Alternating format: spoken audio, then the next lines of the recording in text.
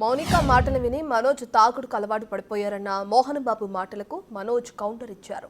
మద్యానికి బానిసై కొడుతున్నానంటే తాగేసి ఎవరిని కొట్టానంటూ ప్రశ్నించారు. సీసీటీవీ ఫుటేజ్ తెప్పిస్తే నిజాలు బయటపడతాయన్నారు.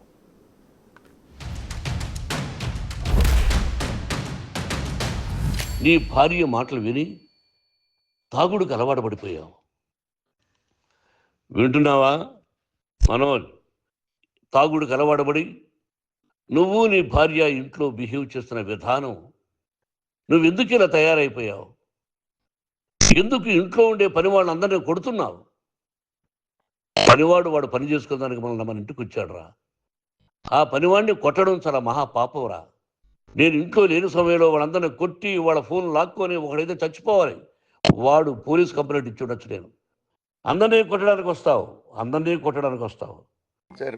మద్యానికి బానిసే ఎవరిని కొట్టాను సార్? నా పిల్లల్ని కొట్టానా, నా భార్యను కొట్టానా, మా అమ్మని కొట్టానా, మా నాన్నని కొట్టానా?